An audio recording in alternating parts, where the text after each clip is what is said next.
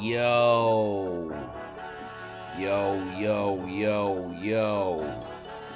Welcome back to Son of a Preacher Man.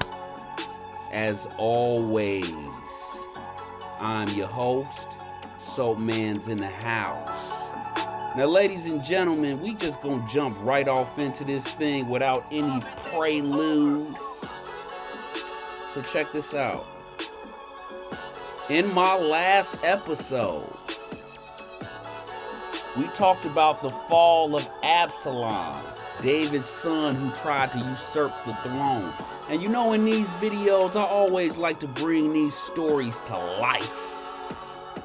And so in the last episode, I forgot to add one of my, pictures that substantiates the biblical stories. So in the last episode, I don't know if it was the last episode or the episode before that, Absalom, David's son who attempted to usurp the throne, it says in the Bible, or he says in the Bible, he builds a pillar. He says, I have no sons to carry on my name. And so I'm going to build a pillar. And it's known even to It's known even to this day as Absalom's pillar. Now here's the funny thing, to me at least. It's all this hoopla going around like it ain't no evidence for the biblical stories. And here you have this big towering behemoth sitting right in Israel, and it's proof of David. One of the things people say is no proof of King David. It's no proof that he ever existed. And you got this big 20-ton stone construction sitting right there as proof. You got 20 tons of proof. Now the reason people don't think this is proof because this actually is not known as Absalom's pillar. Let me explain. For eons and centuries, people been coming and making pilgrimages to Israel. And the people that have lived there for eons, they recognize this as Absalom's pillar. I don't know if you can see my little arrow here, but here you got the stone structure, the pillar. I think the body, this is actually a tomb. The body would be encased here in the tomb. And then in this little side tomb over off to the left, you would have the bodies of this very important individual's families would be buried here to the left in this little cave adjacent to the monument. Okay, so first of all, whoever this person was really important to even have this contraption built in his name. So within the last 100 years, some fancy to do scientist / archaeologist / professional, he comes in, and because this stone monument is of the same, like almost the exact same design and make of one of King Herod's sons, they say it's King Herod's son's pillar. They say that's who the monument is really dedicated to, King Herod's son, who would have came 1,000 years after Absalom. But what I want to direct your attention to is the people that live there, not some howdy-doody schmuck coming from outside the community. What I'm trying to get you to understand is that the people that live there in Israel and live around that area, around Israel, they recognize this as Absalom's pillar. So I'll just leave it up to you. Whatever you want to think, the ball's in your court. Ladies and gentlemen, we're back. We're back. And when I say we're, who am I talking about? It's the SOAP, man. It's the, no. We're talking about David. Guess who's back? The boy is back. So good to see him back on the throne. Ladies and gentlemen, we are still in the second book of Samuel, son of a preacher man, proudly presents. Hold on, I got to do the intro right. Hold on. Ladies and gentlemen, boys and girls, son of a preacher man proudly presents the second book of Samuel, part 14, the return of the king. Yes, folks, the boy is back. And in my last episode, David and his mighty men cleaned house. They made short work of Absalom, David's son. They made short work of him and his men. They was some inexperienced whelps, thinking they could go up against the man of war, the legendary, the myth that is David. So we're going to pick up right where we left off from the last episode. Ladies and gentlemen, the return of the king. You won't find him here. The king has returned. Just thought I'd add that little tidbit in there for you folks. 2 Samuel chapter 19 verses 1 through 7. And it reads, and if you notice before I even get started, I got a whole lot highlighted in big, bold, red print on this joint. So hear me out. It says, and it was told Joab, behold, the king weepeth and mourneth for Absalom. Now, if you ain't see the last episode, just let me catch you up real quick. In the last episode, David was on a run from his son Absalom. And he had finally told his men, his generals, 3 of them, Joab, his brother Abishai, and another guy named Ittai. And he specifically told them, when he told them to go make war with his son and his son's army, he says, be careful not to harm my son. Bring him back to me alive. He says that to his 3 generals, the captains of his army, Joab, Abishai, and Ittai. All 3 of them heard him, and there were witnesses there that heard David expressly say, bring my son back alive. So what does King David's nephew and general of the army, Joab, what does he do? He kills the king's son. Absalom is renowned for being a beautiful man. He gets his long locks. He gets the long locks of his hair caught in the balls of an oak tree. And he's just dangling there. And when Joab hears about it, he goes and he kills him. He doesn't even hesitate. He directly defies the will and commandment of the king. And this ain't the first time Joab has done this. So I just want to give you that precursor leading up into where we at. So Absalom is dead, and David has just heard news of his death. And he's not happy, to say the least. So 2 Samuel chapter 19 verses 1 through 7 picks up, and it says, and it was told Joab, behold, the king weepeth and mourneth for Absalom. And the victory that the day was turned into mourning unto all the people. For the people heard say that day how the king was grieved for his son. And the people got them by stealth that day into the city, as people being ashamed steal away when they flee in battle. But the king covered his face, and the king cried with a loud voice, O my son Absalom, O Absalom, my son, my son. And Joab came into the house of the king and said, now I have this in big bold red print, because Joab about to let the king have it. The thing, let me tell you, I'm so torn between David's nephews and even his son Absalom. I'm with them one minute, I'm not with them the next. I don't know whose side to be on. But Joab, he about to come. He about to keep it 100. So the king is crying and weeping about his son Absalom, and Joab comes into the house of the king. He comes into the house of the king, and he says this, thou hast shamed this day the faces of all thy servants. which this day have saved thy life, and the lives of thy sons, and the lives of thy daughters, and the lives of thy wives, and the lives of thy concubines, and that thou lovest thine enemies, and hatest thy friends. Damn, that boy hit David with some scorched earth. Let me keep reading before I go off into a tangent.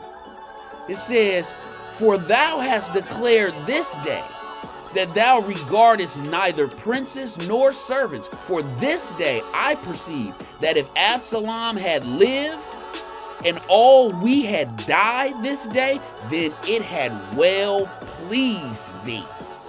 Now therefore arise, go forth, and speak comfortably unto thy servants. For I swear by the Lord, if thou go not forth, there will not tarry one with thee this night. And that will be worse unto thee than all the evil that befell thee from thy youth until now. Now let me break down what Joab just said, because it's heavy. Hold on, let me get my bearings. He rocked me off my feet, knocked my socks off. Joab starts out, he says, you should be ashamed of yourself. That's how he starts out. That's not the words he used. I'm paraphrasing. This is what he says. He says, thou hast shamed this day the faces of all thy servants. He says, you ought to be ashamed of yourself. You are a disgrace to the people who are fighting and dying for you on the battlefield. That's what he tells him. See, that's the benefit of holding the position that Joab holds. He's invaluable. He's indispensable. He's the leader. He's the general of the army, and he's great at his job. And the scary thing is, he knows it.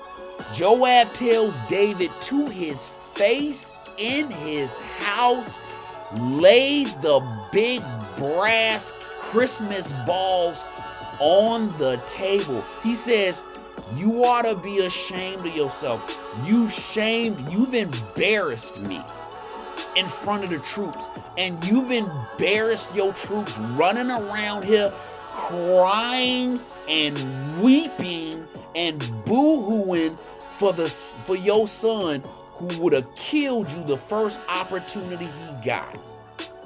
Then he goes on to say, he says, you have shamed us, your servants, meaning his troops, the mighty men of his army.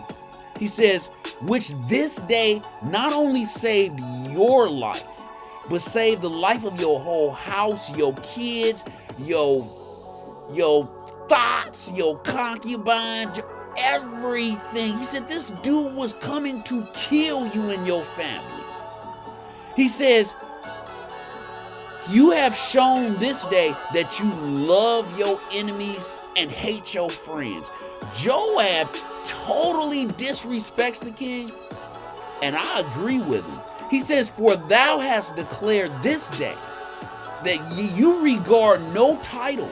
He said, thou regardest neither princes nor servants. He said, Joab says to David, you do not regard high or low when it comes to your own. You don't regard friend, man, woman, old, young. You have no morals. You have no qualms about going low when it comes to these rotten ass kids of yours. That's what he tells them.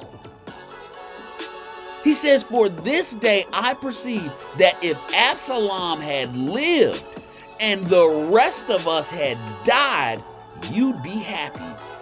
Damn, that boy. Oh, Lord. Oh, Lord, do he let this man, does Joab ever let the king have it? You know, David got his comeuppance with Absalom. That was the curse of, what was his prophet's name? Nathan or something like that? That was the curse being manifest. Absalom, and not really just Absalom, all David bad, rotten kids, they're his comeuppance for sleeping with Uriah's wife, Bathsheba.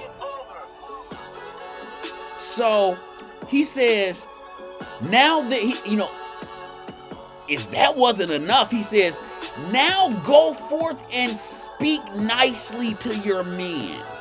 Tell them what a great job they did and how you so appreciate them. You no good for nothing, so-and-so. He may as well have said. He says, for if you do not, he says, I swear by the Lord, if thou go not forth, there will not tarry with thee, not even one this night. He says, not one of your troops is going to be loyal to you after you've defamed and disgraced them, running around here boo-hooing for your enemy. I don't care if he is your son. He would have seen you dead, and you would have saw us dead to save him. Damn, Joab kept it 100. I don't care what nobody say. Oh, my mama. He kept it authenticated. He says, and if you don't go out and speak nice to your troops, he said, it will be worse. He said, the result will be worse for you than all the evil that has befallen you your entire life until now. 2 Samuel chapter 19 verses 8 through 14 says, and the king arose and sat in the gate. Translation, David does exactly what Joab suggests. It says, and they told unto all the people, saying, behold, the king doth sit in the gate. And all the people came before the king, for Israel had fled every man to his tent. And all the people were at strife throughout all the tribes of Israel, saying, the king saved us out of the hand of our enemies, and he delivered us out of the hand of the Philistines. And now he is fled out of the land for Absalom. And Absalom, whom we anointed over us, is dead in battle. Now therefore, why speak ye not a word of bringing the king back? And King David sent to Zadok and to Abiathar the priest, saying, speak unto the elders of Judah, saying, why are ye the last to bring the king back to his house? Seeing the speech of all Israel is come to the king, even to his house. Ye are my brethren, ye are my bones and my flesh.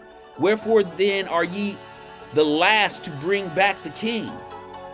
And say you to Amasa, art thou not of my bone and of my flesh?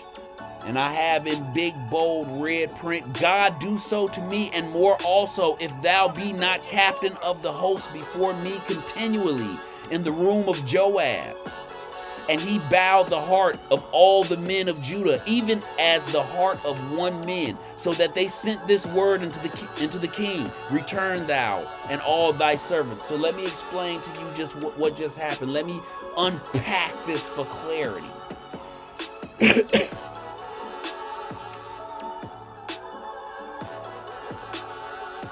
There's a lot of confusion throughout the 12 tribes of Israel at this point.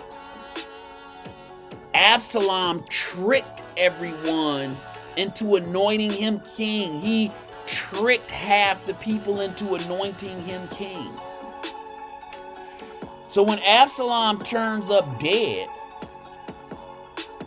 the people don't know what to think. They like, who's king? David was king. He was a great king. He saved us out of the hands of our enemies. Then Absalom, next thing you know, Absalom comes up and declaring himself as king. We don't know any better. We don't know what to think. We say, okay, long live the king. Next thing we know, it's a battle. David's fleeing the capital, and Absalom turns up dead. Absalom turns up dead. So who is our king? What's going on? The people are confused is what I'm trying to say. So David, he starts sending out correspondence. Yo, why ain't y'all welcoming back the king? And one of the tribes he sends to is the tribe of Judah. That's the tribe he's from. And he says, y'all are my closest of kin. Why haven't y'all stuck by my side, been loyal to me. Why haven't you welcomed me home? Why haven't you celebrated my victories? And the Bible says David even bends all the hearts of the men of Judah, even like they're one man. Now, I want to get back to what I have in big, bold, red print. David sends word to Amasa. We're going to talk about Amasa in a second. Who is Amasa? Amasa is David's cousin. He's another it's not David's cousin. He's another nephew of David by his sister Abigail. Okay? So he's the cousin of Joab and Abishai. He's David's nephew. He's Joab and Abishai's cousin. And Amasa was the general of Absalom's army. When Absalom attempted a coup and tried to usurp the throne, the general he put over his army was his cousin Amasa. So David says to Amasa, who is a capable general, he sends word to Amasa, and I have in big, bold, red print. He says, and say ye to Amasa, art thou not of my bone and of my flesh? He's saying, brother, ain't no beef. Are we not family? And then I have in big, bold, red print, David says, or sends word to Amasa. He says, God do so to me and more also, if thou be not captain of the host before me continually in the room of Joab. Now, you have no idea what it is that I just read and could care less. But let me explain to you what I just read. What I just read means Amasa's life is in grave danger. Because David just sent word to Amasa that I'd like to replace Joab with you.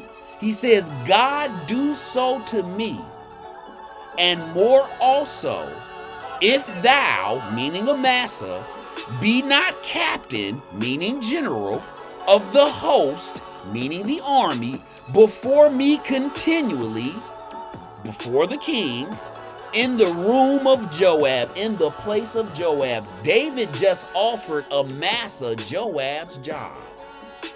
And that, my friends, puts Amasa's life in grave jeopardy. Do you remember, if you've been watching these episodes, do you have any idea what happens to the people who threatened Joab?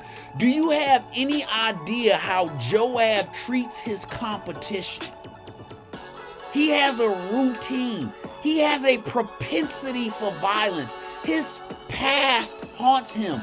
His reputation precedes him. And whether David knows it or not, by offering Amasa Joab's job, because Joab is in hot water with the king. Joab killed the king's son after the king expressly told him not to do that. He went out and did it anyway. And this is not the first time Joab has killed somebody and pissed the king off.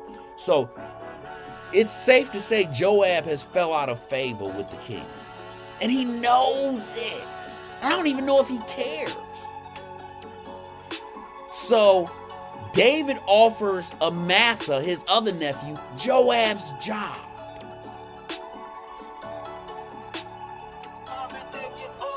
And when this has happened in the past,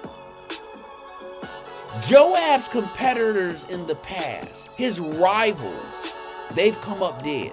Okay, and it says, and he bowed the heart of all the men of Judah, even as the heart of one man, and they sent this word unto the king, return thou and all thy servants. 2 Samuel chapter 19, verses 15 through 21 reads, so the king returned and came to Jordan, and Judah came to Gilgal to go to meet the king, to conduct the king over Jordan.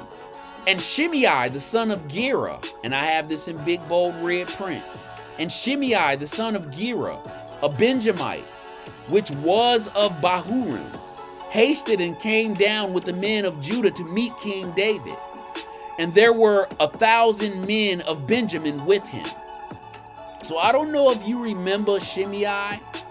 He's the guy who cursed David and threw rocks at him while David was on the run from Absalom, okay? So let me read that again to jog your memory. It says, and Shimei, the son of Gera, a Benjamite, which was of Bahurim, hasted and came down with the men of Judah to meet King David. And there were 1,000 men of Benjamin with him. Now, why would Shimei bring 1,000 men of his tribe with him? I'll tell you why I think so. Just in case. Shimei know he picked the losing side when he threw those rocks at David and cursed him. And told David he was getting his just deserts and called him a bloody man. Now Shimei knows he's picked the losing side because David's come out on top. He's come out victorious over his son Absalom. So when people come on Israel's side of Jordan to welcome the king back, because the king then fled out the country, partner, he was out of there. He was in like the land of Moab.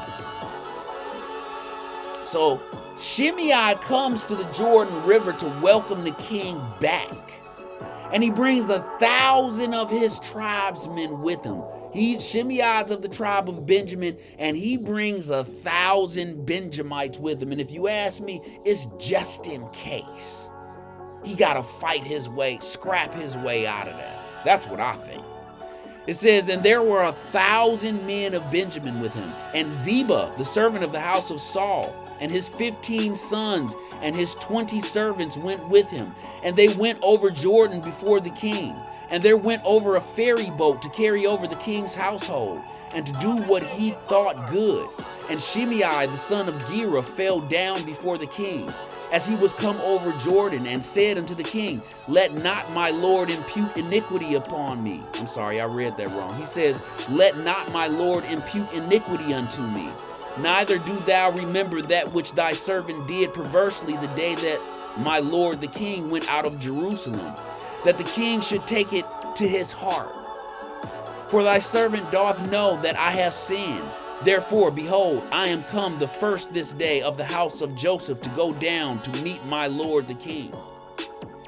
And I have this in big bold red print. But Abishai, the son of Zeruiah, answered and said, shall not Shimei be put to death for this? Because he cursed the Lord's anointed. Let's unpack that for clarity. When David's no good son, Absalom, attempted to usurp the throne via a coup, he put David and his household to flight. They had to leave the capital city and stronghold of Jerusalem. Because David, he didn't want a war right outside his doors. So David fled the city, and as he fled, a Benjamite, a supporter of the former king Saul, who was also a Benjamite, his name is Shimei, he comes out and he's throwing rocks at King David and King David's men and King David's household. He's throwing rocks at them, and at the same time, he's cursing them as their caravan passes his property. And he's calling David a bloody man. He's saying, you getting everything you deserve for all that you've done. And at that time, David's general, bodyguard, nephew, and faithful and loyal companion, they don't come more loyal than Abishai. He says to the king, let me go take this dude's head off for talking shit to the king, for trying to kick us while we down. For trying to kick the king while he down. He says, let me go take his head off. So David says to Abishai, he says, what am I to do with the sons of Zeruiah? He prays to the God, and David's done this on multiple occasions prayed to God because his nephews are stressing him out so bad. He says to God, what am I to do with my nephews, these sons of Zeruiah? They too hard for me. He says, nobody's killing nobody today. He said, let the man curse and throw rocks. He ain't no threat to us. He says, we're down bad, dude. Maybe if we spare his life, God will spare ours. So that's what happened like 2 episodes ago. So now David's come back. It's the return of the king. It's a celebration. Everybody's waiting out on the other side of Jordan to welcome him back. And Shimei is one of them people that have come to welcome the king back. And he asked for forgiveness. He says, man, I done effed up. I effed up with what I did. He said, don't take it personal. He said, don't hold me accountable. And never mind these 1,000 brothers I brought with me to have my back.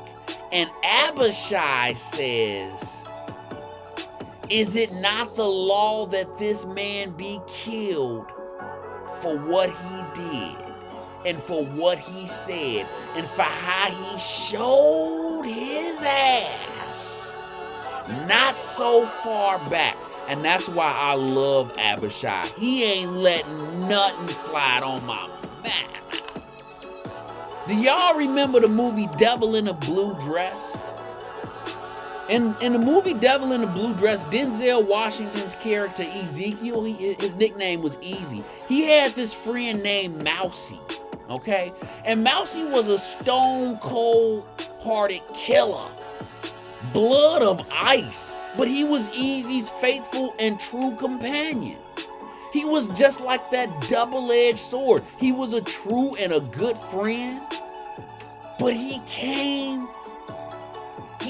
with baggage. Mousy was a killer. And everywhere he went, somebody ended up dead. And that was just one of the things that Denzel's character Easy had to contend with in the movie. Good job.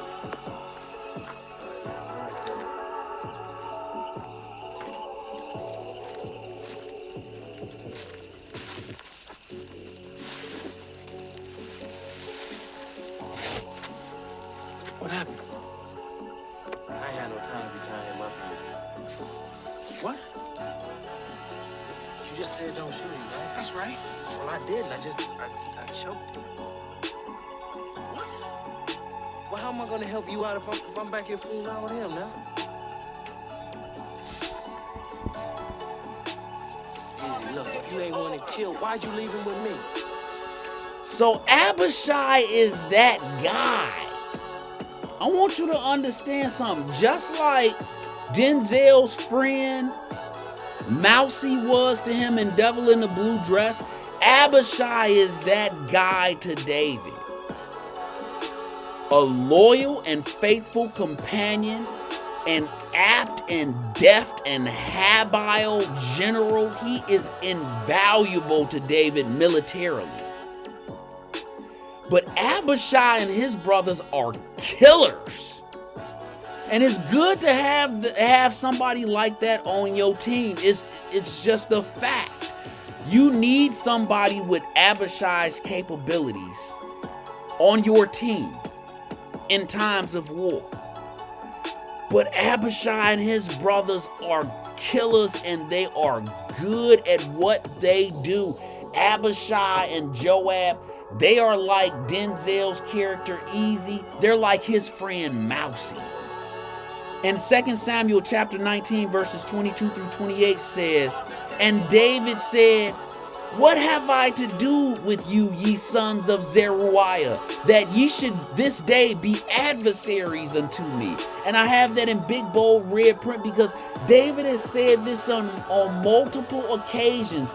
He's prayed to God, or he's complained about his nephews, about how rambunctious they are, about how bloodthirsty they are. These 3 brothers have an unquenchable thirst for blood. They will kill. They have no qualms about killing. They will kill somebody and go make them a bowl of cereal or porridge or oatmeal and sit and watch cartoons. Unaffected. It says, shall there any man be put to death this day in Israel? For do I not, he says, for do I know that I am king this day over Israel? I'm sorry, I read that wrong. David says, shall there any man be put to death? David says, shall there any man be put to death this day in Israel? For do not I know that I am this day king over Israel? These people talk so funny. Therefore the king said unto Shimei, thou shalt not die. And the king sware unto him. And Mephibosheth, the son of Saul, came down to meet the king, and had neither dressed his feet, nor trimmed his beard, nor washed his clothes, from the day the king departed until the day he came again in peace. And it came to pass, when he was come to Jerusalem to meet the king, that the king said unto him, wherefore wentest not thou with me, Mephibosheth? And he answered, my lord, O king, my servant deceived me. For thy servant said, I will saddle me an ass, that I may ride thereon, and go to the king, because thy servant is lame. And he hath slandered thy servant unto my lord the king. But my lord the king is as an angel of God. And I should have highlighted that, because that's about the third or fourth time that somebody has referred to King David, or to David period, as an angel of God. Why? I think it's because he is one. He says, do therefore what is good in thine eyes. For all of my father's house were but dead men before my lord the king. Yet didst thou set thy servant among them that did eat at thine own table. What right therefore have I yet to cry any more unto the king? And then Mephibosheth says, and then the Bible says, and the king said unto him, why speakest thou any more of thy matters? I have said, thou and Ziba divide the land. And Mephibosheth said unto the king, yea, let him take all, for as much as my lord the king is come again in peace unto his own house. Let me unpack in 30 seconds what just happened. Mephibosheth, remember Mephibosheth? He was the crippled, handicapped grandson of the former King Saul. Now, I know that's a lot to unpack. Let me explain. King Saul was the first king before Israel. He reigned prior to David. King Saul had a son named Jonathan. David was best friends with King Saul's son, Jonathan. Jonathan was on David's side when his father, King Saul, was trying to assassinate David. David and Jonathan had a bond, and they made a pact. And they swore by God they would take care of each other's families, no matter how this war between David and Saul turned out. Jonathan and David swore that they would take care of each other's families. So when Saul and his house died, Saul and Jonathan and Saul's other two sons died in battle. Other Saul, who became king, Ishbosheth, was assassinated by his own men. And a lot of other Saul's family members, David killed off in his wars with Saul's house. But when David became king, he kept his promise to his friend Jonathan. And he saved Jonathan's son, Mephibosheth, made him a prince, gave him a seat at the king's table. Now Mephibosheth, he's lame of his feet. He can't walk, he's crippled. He's a cripple.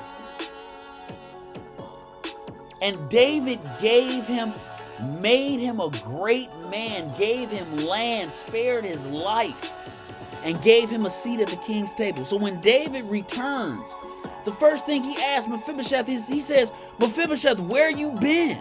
Why didn't you come with me when I fled the city. And Mephibosheth replies, he said, my servants deceived me. He said, look, man, I went to saddle my ass. I was going to come see you. He said, but I'm lame. He said, man, you know, it took me a while.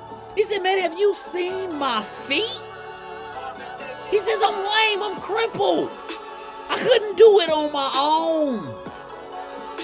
And my servants, he played me, he left me.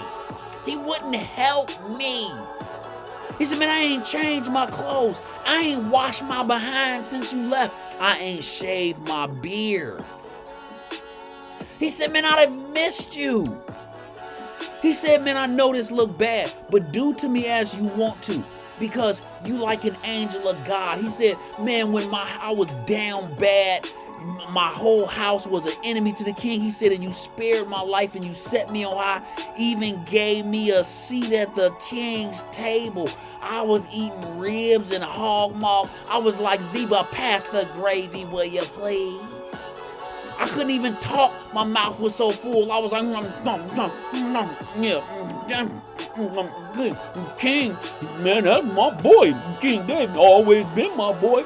Been tight, been tight like shoelaces since we was children. And David says, why you bringing all that up? He said, man, I ain't trying to rub that all in your face. He said, I gave you what I gave you. He said, you don't have to keep bringing that up. He said, why you keep talking about that? And Mephibosheth, he's just so overjoyed to see the king. He just can't, he's just beside himself.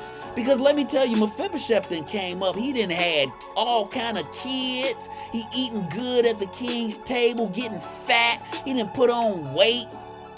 He's the progenitor. He done had all kind of kids. And let me tell you, them good, young, healthy kids, they ain't lame of feet like Mephibosheth. Because let me explain something to you. Mephibosheth's condition, it ain't congenital, which means he wasn't born with it. He was not born handicapped. He was not born lame of his feet. Remember, Mephibosheth was a victim. He was dropped. Remember the wench? That wench. That wench. That no good wench. She dropped him. How did she keep her head? How is her head still attached to her shoulders? That clumsy wench dropped the prince and lamed his feet. That's how Mephibosheth got lame on his feet. That clumsy wench, I know she was trying to save his life. But as she fled with the king's grandson in her haste, she dropped him. They didn't have the technology and advancements in medicine we got today. So he was lame of his feet. She dropped him. Okay, I done went off into a tangent. 2 Samuel chapter 19 verses 40 through 43 reads, Then the king went on to Gilgal, and Chimham went on with him, and all the people of Judah conducted the king, and also half the people of Israel. And behold, all the men of Israel came to the king and said unto the king, Why have our brethren, the men of Judah, stolen thee away, and have brought the king and his household, and all David's men with him over Jordan? And all the men of Judah answered the men of Israel, Because the king is near of kin to us. Wherefore then be ye angry for this matter? Have we eaten at all of the king's cost? Or hath he given us any gift? And the men of Israel answered the men of Judah and said, We have 10 parts in the king, and we have also more right in David than ye. Why then did ye despise us, that our advice should not be first had in bringing back our king? And I have in big bold red print, and the words of the men of Judah were fiercer than the words of the men of Israel. So what just happened is the 10 tribes of Israel are fighting with the tribe of Judah over the politics of bringing the king back. And it says the men of Judah, their words were fiercer than the men of Israel. Because the men of Israel like, hey, it's 10 tribes of us. So we got 10 parts in the king compared to your 1 part. 2 Samuel chapter 20 verses 1 through 7 reads, And there happened to be there a man of Belial, whose name was Sheba, the son of Bichri, a Benjamite. And he blew a trumpet and said, We have no part in David, neither have we any inheritance. Neither have we inheritance in the son of Jesse. Every man to his tents, O Israel. And I have this in big, bold, red print. So every man of Israel went up from after David and followed Sheba, the son of Bichri. But the men of Judah clave unto their king from Jordan even to Jerusalem. Now the Bible is going to jump back and forth between this travel from the river Jordan into the city of Jerusalem. And so what they're saying is when King David crossed the Jordan River, he's not at Jerusalem. This fight between the tribes begins over his favor, so to speak. And the men of Judah, David's closest of kin, they're winning this argument about who's got more stock and stake in David, the king. So a man of Benjamin, the tribe of Benjamin, they are forever a rival to King David, because King Saul was from the tribe of Benjamin, and they were a strong supporter of King Saul. So the tribe of Benjamin is forever in contention with King David. So this man from the tribe of Benjamin named Sheba, he says, man, screw this arguing and bickering over this dude. He blows a trumpet and he says, we ain't following after David. Every man home to his tent, and the men of the 10 tribes of Israel follow him. That's all it took, was for somebody to blow a horn and said it's time to go. And they followed after him. And it says, but the men of Judah clave unto their king from Jordan even to Jerusalem. And it says, and David came to his house at Jerusalem. And the king took the 10 women, his concubines, whom he had left to keep the house, and he put them inward and fed them, but went not in unto them. So remember, David had left 10 of his concubines when he fled Jerusalem. Initially, when he fled Jerusalem from Absalom, he left his 10 concubines there to keep the house. And Absalom had sex with these 10 concubines of David. So when David returns, he shuts his 10 concubines up. He will no longer have intercourse with them, but he shuts them up and he takes care of them. But he no longer has intercourse with them because his son has defiled them. When he had intercourse with them, when Absalom had intercourse with David's concubines, he ruined them. David won't have intercourse with them anymore. He says, so he put them inward and fed them, but went not in unto them. So they were shut up unto the day of their death, living in widowhood. And I have this in big, bold, red print. It says, then said the king to Amasa, his new general. Remember, he sends word to Amasa, his other nephew. And he says, I want you to replace Joab as my general, as the general and captain over my army. So now it says, David says to then said the king to Amasa, assemble me the men of Judah within 3 days, and be thou here present. So Amasa went to assemble the men of Judah, but he tarried longer than the set time which he had appointed him. And David said to Abishai, now shall Sheba the son of Bichri do us more harm than did Absalom. Take thou thy Lord's servants and pursue after him, lest he get him in fenced cities and escape us. And there went out after him Joab's men, and the Cherethites and the Pelethites and all the mighty men. And they went out of Jerusalem to pursue after Sheba the son of Bichri. Let me unpack what I just read. David tells his new general, Amasa. He tells his new general, Amasa, Assemble the men of Judah. You got 3 days. Be back here in 3 days with the troops. But Amasa is unsuccessful in assembling the appropriate number of troops in 3 days. So the Bible says he tarries. And David realizes the mistake that he's made in putting Amasa as captain over the army. Because Amasa's no Joab. Joab would have had them men whipped up and been back in a day and a half. So it says Amasa tarries, and David says to Abishai, his other nephew, we in big trouble. This dude is about to be a bigger problem. This defector who's trying to succeed from the Union and trying to get everybody else to succeed with him. He's gonna do us more harm than my son Absalom did.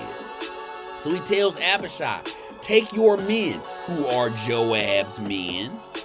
He says, and pursue after this man before he gets himself into a defensible city, and this becomes this molehill is going to turn into a mountain if he gets into a fenced city, and we have to lay siege to the city. It's going to cost us all type of manpower and money, and it's going to turn into a civil war is what's going to happen.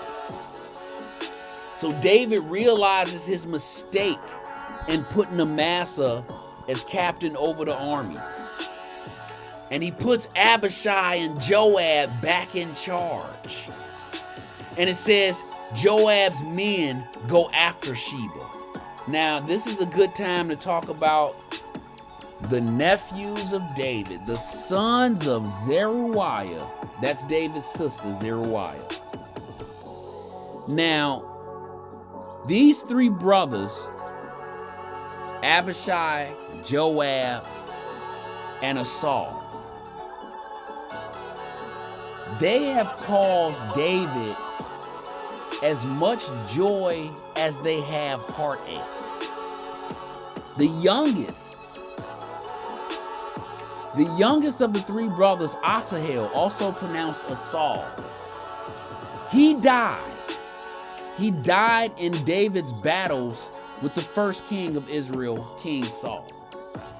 And Asahel is very hot-blooded, but that should give you an idea of the cloth that he's cut from. These are David's nephews. They cut from his cloth. The reason they so good in battle, the reason they so clever, the reason they're so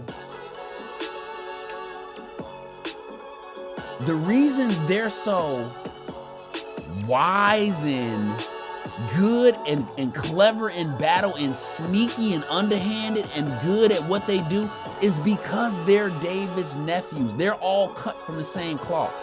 So Asahel's, even though he died in battle, and let's give Asahel his props, the Bible says he was superhumanly fast. He barked up the wrong tree and it got him killed. But this man was one of David's mighty men. He was no joke as far as like being a combatant and a warrior or what have you. But his hot-bloodedness and his bloodthirst is a testament to the cloth that he's cut from. Abishai is the oldest brother and by far David's most loyal companion. He is by far David's most loyal soldier. He's versatile. He is as good as captain over an army as he is in single-hand combat. And in single-hand combat, he is almost, and I say that, let me emphasize that, he is almost unparalleled in battle. I don't even think David could beat him in single-hand combat. I mean, not even David could beat him in a straight-up scrap. But, you know, David don't ever straight-up scrap anybody. He always outsmarts them. But Abishai's cut from that cloth. You ain't about to outsmart him. And he is like the Achilles of David's army. Joab, I don't even know what to say about Joab. Joab is in a class of his own. He's every bit the warrior that Abishai is, but Joab's callousness, his cold-bloodedness, his underhandedness is unlike anybody I've ever learned about. I don't even know how to feel about Joab. I don't even know how to categorize him. He is such an interesting and unique individual. Now, this is how it breaks down. David's nephews. David had two sisters, Zeruiah and Abigail. Zeruiah had the three nephews of David that caused him so much trouble. Abishai, Joab, and Asahel are the sons of David's sister Zeruiah, and you all often hear him speak, "Oh God, what am I to do with the sons of Zeruiah?" meaning his nephews. Now David had another sister named Abigail, and she had a son named Amasa. So this is also David's nephew.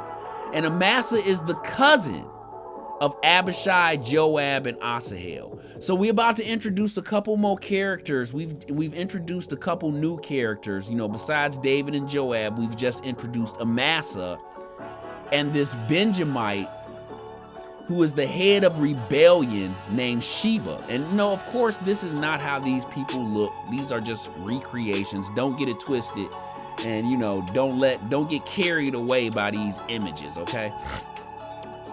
So 2 Samuel chapter 20 verses 8 through 13 reads, and notice I have this in big, bold, blue and red print, okay? And you'll see why in a second. So it says that, where do we end off? Sorry. Okay, so Joab and Abishai and the army go after this guy Sheba, okay? So we pick up there in 2 Samuel chapter 20 verses 8 through 13. It reads, when they were at the great stone which is in Gibeon, Amasa went before them. So Amasa's troops, the troops that he's gathered, they bump into Joab and Abishai. And I want you to see what happens. It says, when they were at the great stone which is in Gibeon, meaning when Joab and Abishai and their troops came to the great stone in Gibeon, Amasa went before them. They caught up with Amasa. And I have in big, bold, blue print. It says, and Joab's garment that he had put on was girded unto him, and upon it a girdle with a sword fastened upon his loins in the sheath thereof. And as he went forth, it fell out. Now, why did I section off this passage? Because anytime that the Bible strays away and goes off into a tangent to do this much explaining, it's for a good reason. Now pay attention, I'm gonna read it again. And then I'm gonna unpack it. It says, okay, so they catch up with Amasa. Amasa is the dude that King David gave Joab's job to. Amasa is the guy that he's Joab's replacement. It says, and Joab's garment that he had on was girded unto him. That means it was fastened or tied to him. And upon it a girdle with the sword. That means upon the clothes that were tied to him, a sword was tied to those clothes. It says, and upon it a girdle with a sword fastened upon his loins in the sheath thereof. His loins meaning his thighs. So within his garments, Joab was armed. He had a sword tied to his thigh. In the sheath thereof, meaning the sword was in its scabbard. And it says, and as he went forth, it fell out. Now the reason I sectioned this off is to make you aware that something very shady just happened. But let's keep going. Let's read on. It says, and Joab said to Amasa, art thou in health, my brother? And Joab took Amasa by the beard with his right hand to kiss him. But Amasa took no heed to the sword that was in Joab's hand. So he smote him therewith in the 5th rib, and shed out his bowels to the ground, and struck him not again, and he died. So Joab and Abishai his brother pursued after Sheba, the son of Bichri. And one of Joab's men stood by him and said, he that favoreth Joab, and he that is for David, let him go after Joab. And Amasa wallowed in blood in the midst of the highway. And when the man saw that all the people stood still, he removed Amasa out of the highway into the field, and cast a cloth upon him. When he saw that everyone that came by him stood still. When he was removed out of the highway, all the people went on after Joab to pursue after Sheba the son of Bichri. Folks, my hour is up, so I'm going to end this. And I didn't get to finish this episode, but I got to end it because my hour's up. But before I go, let me tell you how shady Joab is. Amasa is Joab's cousin. They're both working for their uncle, the king. When Joab catches up to his cousin Amasa, he does a little trick. And I can't put my finger on it exactly. I can't pinpoint exactly what he does. He does some little veteran soldier trick to unsheath his sword. I don't know if he stumbles or trips. The Bible just says he's armed, and as he goes forth, his sword falls out. His cousin Amasa is none the wiser. It's not like he doesn't see the sword in Joab's hand. Let's go back. It says he pays it no mind. It says, and Joab said unto Amasa, art thou in health, my brother? It says, and Joab took Amasa by the beard with the right hand, but Amasa took no heed to the sword that was in Joab's left hand. So it's not that Amasa doesn't see the sword. His cousin is coming to him as a friend. He says, art thou in health, my brother? And he grabs him by the beard because this is customary to do at that time and during that period. It was customary for those people during that time period to grab one another by the beard and give them a kiss on the cheek.